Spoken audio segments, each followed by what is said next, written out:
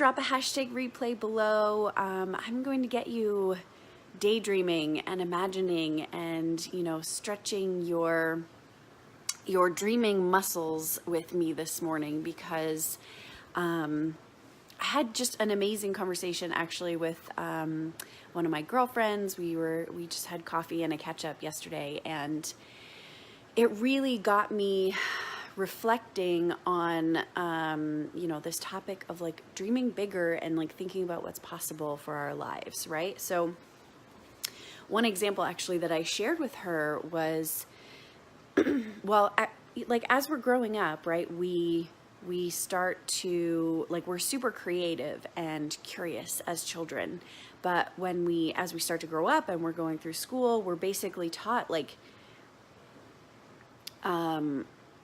to look to others for the answers in our life, right? To look to others to say, like, what is my next step? What is my next move, right? Like the school system and our teachers and our parents, because everyone is always telling us what to do. Nobody's saying, what do you want to do, right? Nobody is like giving us that option, especially when we're children. So it was interesting because I was actually talking about travel, and I didn't grow up like traveling all over the place, right? Like we went to visit family in different areas, and we went a few places, but like I think I left Canada once on a ski trip when I was training for biathlon, and I went to like just over the border to Maine for a race.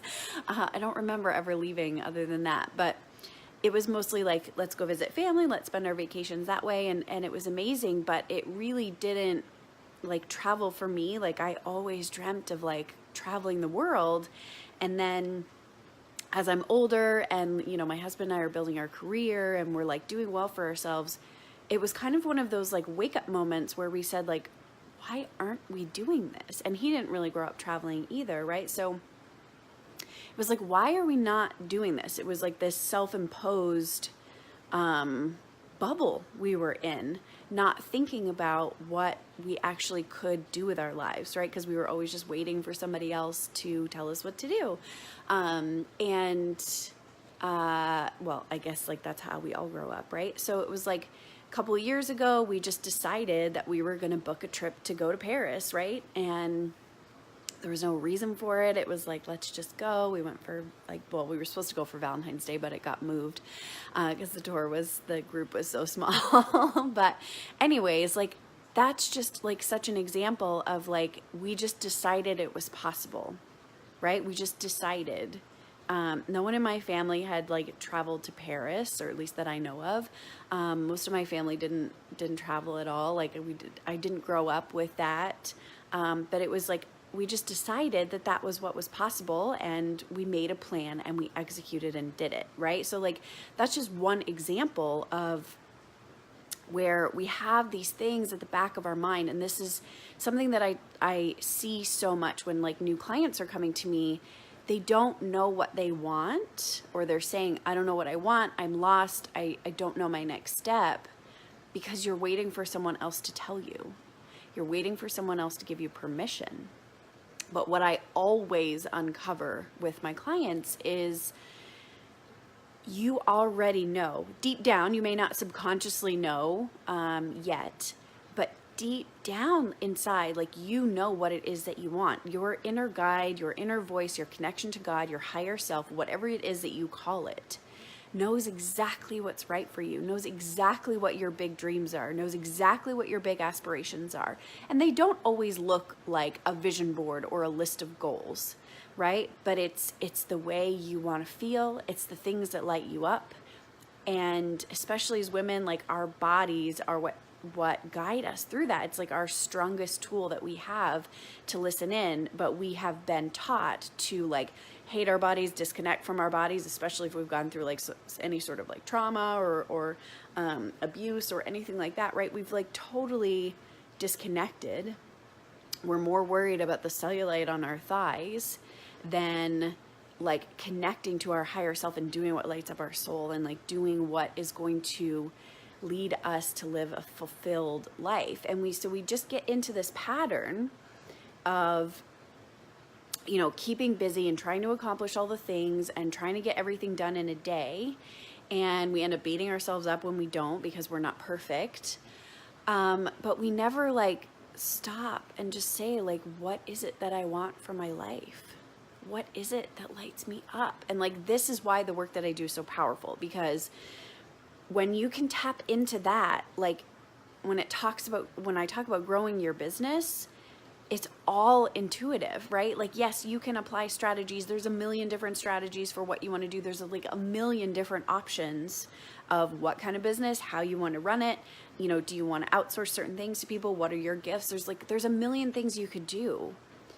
But the reason that you're not putting things into place and moving forward is because you are not fully tapped in. And this is why this is so powerful, because it's not just about like, okay, I'm fully tapped in and, aligned with my bigger vision, and I'm going to sit on the couch and meditate and manifest everything. No, that's not how any of this works.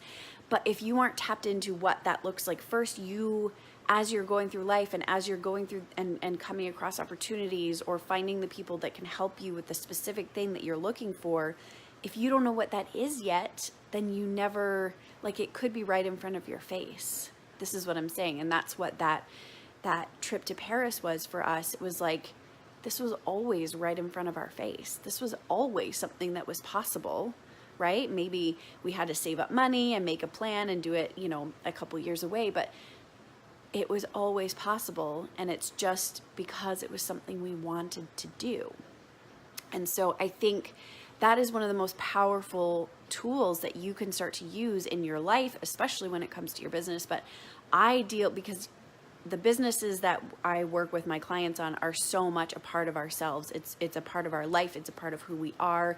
So it's very much, full life stuff that we talk about, right? Like, what's going on with you? What's happening in your relationships? What's happening in your life? Do you feel fulfilled? Are you treating your body right? And how are you growing your business? Is it aligned with you? Because there's no sense in just helping you start a business to make money if that's just still going to keep you feeling like miserable and not following your dreams, and you're disconnected. There's tons of people out there making money and they are so super unhappy.